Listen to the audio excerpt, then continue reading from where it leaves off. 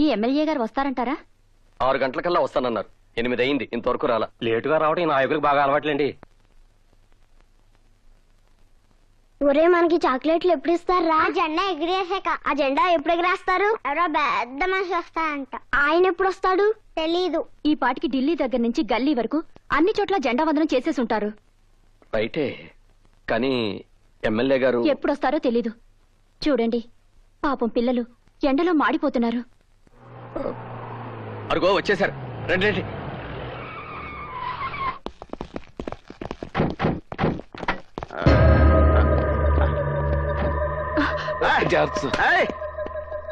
Perfect సరే follow me.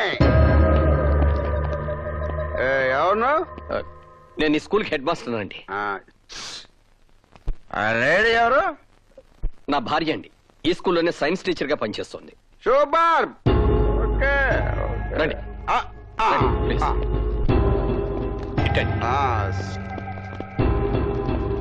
ఇక్కడే sir. ఏదో రిబ్బన్ ఏదా? రిబ్బన్ దేనికి సార్? మా వాళ్ళు ఏదో ఓపెనింగ్ ఉందన్నారు. ఓపెనింగ్ కాదు సార్, మరి మీరు జెండా ఎగరేయాలి సార్.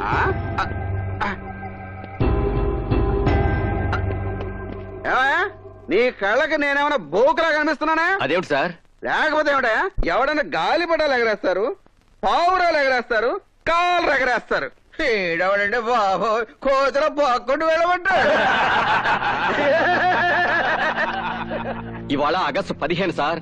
అయితే ఏంటయ్యా నీ పుట్టినరోజా? మన దేశానికి స్వతంత్రం వచ్చిన రోజు. దానికి నేనేం చేయాలయ్యా బాబు? ఈ తాడు లాగండి. అయితే ఏమవుతుంది? జెండా ఓపెన్ అవుతుంది. ఓ సింతేనా? ఇలాంటి చాలా లాగేశాను, లాగేస్తాను.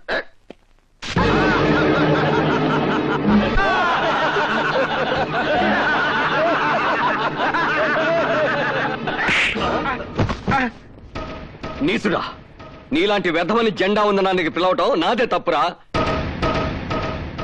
నీ పాపిష్టి చేతులతో ఆ జెండాను తాకే అర్హత కూడా నీకు లేదురా. గాంధీ, ఏంటి నాన్నగారు? ఈ జెండా నువ్వెగరై.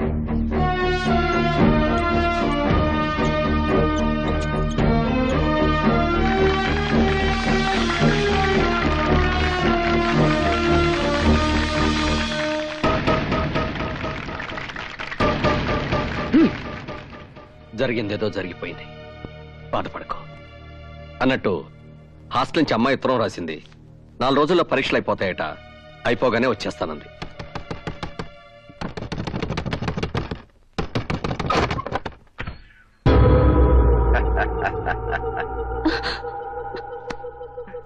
ఏట్రా షాక్ అయిపోయి చూస్తున్నావు? తాగొచ్చానా? లేదు, నువ్వు చెంప మీద కొట్టిన దగ్గర నుంచి పచ్చి మంచినీళ్ళు కూడా కొట్టలేదు. ఎందుకు వచ్చావు ఇక్కడికి? నువ్వు హెడ్ మాస్టర్ కదా, నా హెడ్ లోకి పెద్ద డౌట్ వచ్చింది, అది తీర్చుకుందామని వచ్చాను. ఏమిటది? పొద్దున ఏంట్రా అన్నావు? ఈ రోజు ఆగస్టు 15 మన దేశానికి స్వాతంత్రం వచ్చింది అన్నావా? అవును. ఊరుక, అన్ని జోకులు. ఇదిగో పొద్దులమ్మా, నువ్వు చెప్పు, మన దేశానికి స్వాతంత్రం వచ్చిందా? ఇంత రాత్రిపూట ఇంటికి వచ్చి గొడవ చేయడం బాగాలేదు. బయటికెళ్ళండి. నేను అడిగిన ప్రశ్నకు సమాధానం చెప్పు. స్వాతంత్రం వచ్చిందా రాలేదా? వచ్చింది. నువ్వు కూడా మళ్ళీ అబద్ధాలు, అన్ని పొగుడు బుద్ధులు. రే గాంధీ గారు ఏమన్నారా? ఆడది అర్ధరాత్రి ఒంటరిగా నడిచినప్పుడే మన దేశానికి స్వాతంత్రం వచ్చినట్టు చెప్పాడండి. అయితే ఈ రాత్రితో తేలిపోవాలి మన దేశానికి స్వాతంత్రం వచ్చిందా రాలేదా అని. ఓ పని చేయ పంతులమ్మా, నువ్వు ఈ అర్ధరాత్రి ఒంటరిగా గాంధీ సాక్షి దాకా వెళ్లి సేఫ్ గా తిరిగి వచ్చావనుకో, మీ మొగుడు పిల్లలు చెప్పినట్టుగా మన దేశానికి స్వాతంత్రం వచ్చినట్టే, లేకపోతే రానట్టే. ఏంటలా చూస్తున్నావు? వెళ్ళు. నువ్వు వెళ్ళలేదనుకో మీ ఆయన పంపిస్తాను. రోడ్డు మీద కాదు, పైకి. ఆయన చెయ్యొద్దు. అయితే బయలుదేరు. నువ్వు వెళ్ళొద్దు, వెళ్ళొద్దు. లేకపోతే నువ్వు పోతావు. నేను చచ్చిపోయినా పర్లేదు. అయితే చావు. ఆయన చేయకండి, నేను వెళ్తాను. అది పెళ్ళావంటే.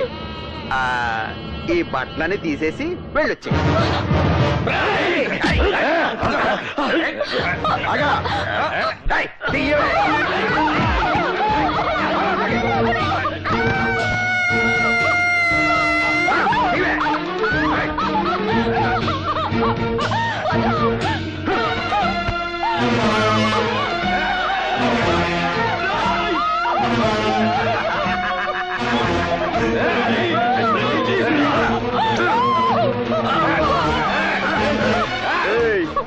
దాని కూడా వెళ్ళి స్వాతంత్రం వచ్చిందో రాలేదు వచ్చి చెప్పండి. వెళ్ళు.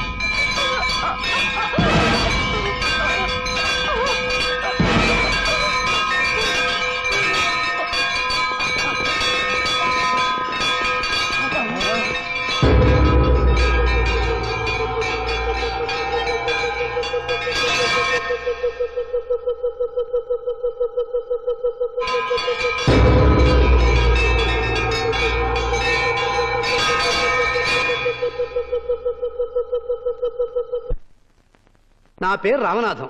ఈ హెడ్ మాస్టర్ ఇంటి పక్కనే ఉంటాం. ఈయన మహా శాడిస్టు. భార్యను విపరీతంగా అనుమానించి రోజు ఆమెను చెతకొడుతూ ఉంటాడండి.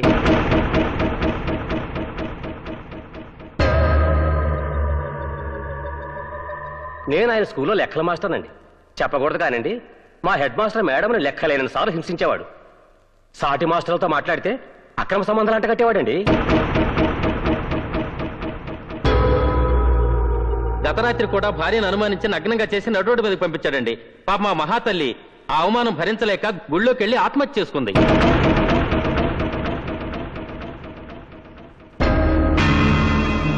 భార్యని అవమానించి అనుమానించి ఆమె మరణానికి కారకుడైన ఈ ముద్దాయికి సెక్షన్ 302 ప్రకారం యావజ్జీవ కారాగార శిక్ష విధించటమైనది.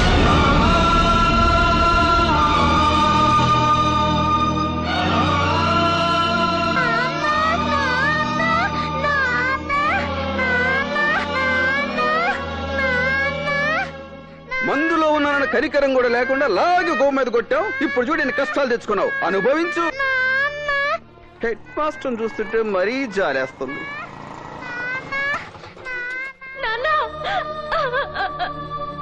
నాన్న, ఏంటి నాన్న ఇది? నువ్వమ్మని చంపావా? అబద్ధం. నువ్వమ్మని చంపలేదు. నువ్వమ్మని చంపలేదు. నువ్వమ్మని చంపలేదని చెప్పు నాన్న. చెప్పు నాన్న. ఈ పెళ్ళెవర్రా? Head master కూతురటండి. హాస్టల్లో చదువుకుంటుందండి. ఈ న్యూస్ తెలిసి వచ్చి ఉంటుంది. తల్లి కన్నా పెళ్ళే బాగుంది కదరా. చెప్పు నాన్న. ముందుగానే ఈ అమ్మాయి చూసింటే రాత్రి తల్లికి బదులు కూతురు పంపించేవాడా? పోనీ ఈ రాత్రికి ఏమైనా పంపించండి. ఏం తాందాన్ని బట్ట బయలు చేస్తావేట్రా? 4 గోళ్ల మధ్య మనమే చూసుకుందాం.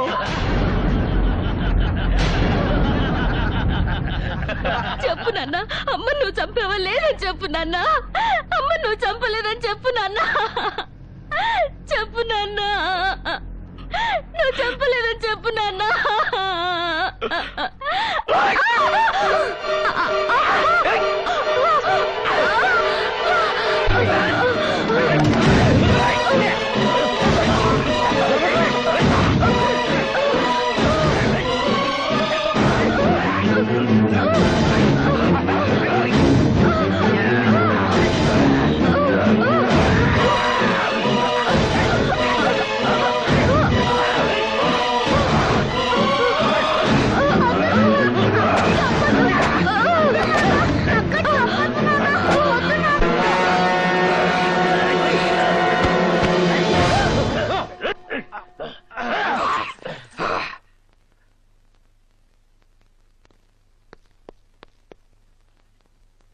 చచ్చిపోయింది. ఎస్, నా కూతురు చచ్చిపోయింది. అవును, నా కూతురు చచ్చిపోయింది. కాదు, నా కూతురు చచ్చి బతికిపోయింది. నా కూతురు ఇంకా ఎవరు ఎవరు ఎవరు ఏమీ చేయలేరు. నా కూతుర్ని నేనే చంపేశాను, నా చేతులతో నేనే చంపేశాను. ఎందుకో తెలుసా? నేను బతికుండగానే నా పెళ్ళాన్ని కాపాడుకోలేకపోయాను. ఇప్పుడు నేను జైలుకి వెళ్తే నా కూతుర్ని వీళ్ళు బతకనివ్వరు, ఈ లోకం బతకనివ్వదు, దాన్ని బతకనివ్వరు. అందుకే అందుకే నా కూతుర్ని నేనే చంపేశాను. ఇప్పుడు నా కూతురు క్షేమం, దాని శీలం క్షేమం, దాని బతుకు క్షేమం. ఇక దాన్ని ఎవరు ఎవరు ఎవరు ఏమి